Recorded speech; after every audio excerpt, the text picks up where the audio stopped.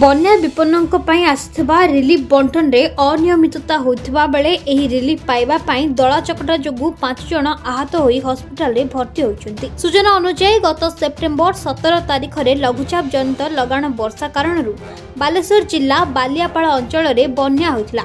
एही बन्या रे 7टी पंचायत रो 30 रु अधिक गाँ रे पानी पसिबा फल रे लोके नाही नथिबा असुविधार सम्मुखीन होइथिले।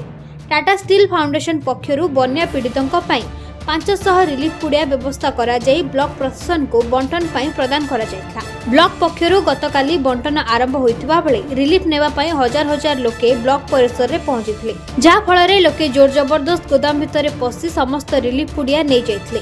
एही समय दला चकटा जोगु 5 जण आहत होइछन्ति। रिलीफ शेष हो जायथिले मध्य अनेक लोक बीडीओ को क्वार्टर आगरे रिलीफ पाई अपेक्षा करछन्ति।